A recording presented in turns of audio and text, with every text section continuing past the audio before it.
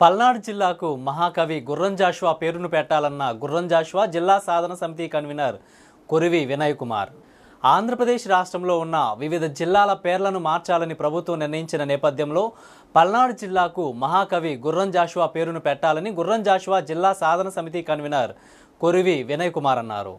ఈ నెల 31వ తేదీన జరగనున్న రౌండ్ టేబుల్ సమావేశాన్ని జయప్రదం చేయాలని కోరుతూ దళిత బహుజనుల హక్కుల పోరాట సమితి రాష్ట్ర అధ్యక్షులు ప్రముఖ న్యాయవాది డాక్టర్ గోదా రమేష్ కుమార్ మీడియా ద్వారా పిలుపునిచ్చారు.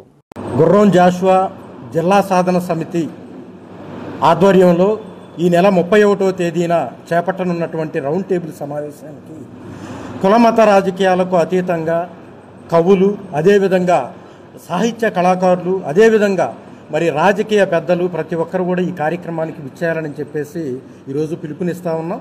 ఈ కార్యక్రమానికి గుర్రం జాషువా జిల్లా సాధన సమితి చైర్మన్ డొక్కా మాణిక్యవర ప్రసాద్ గారు, అదేవిధంగా ఈ కమిటీ కన్వీనర్ కొరివి వినయ్ కుమార్ గారు, అదేవిధంగా మరి టీటీడీ పాలక మండలి సభ్యులు జంగా కృష్ణమూర్తి గారు, అదేవిధంగా ఈ కార్యక్రమానికి మరో ముఖ్య అతిథి మరి గుర్రం జాషువా గారి వారసులు సుశీల్ కుమార్ గారు, వీళ్ళంతా కూడా ఈ కార్యక్రమానికి విచ్చేస్తూ ఉన్నారు. ఇటువంటి ఈ కార్యక్రమానికి జిల్లా వ్యాప్తంగానే కాకుండా గుర్రం జాషువా గారి అభిమానులు, అదేవిధంగా ఈ జిల్లా సాధన సమితికి మరి సంఘీభావం తెలిపేటటువంటి ప్రతి ఒక్కరు కూడా ఈ కార్యక్రమానికి హాజరు కావాలని చెప్పేసి పిలుపునిస్తూ ఉన్నాం.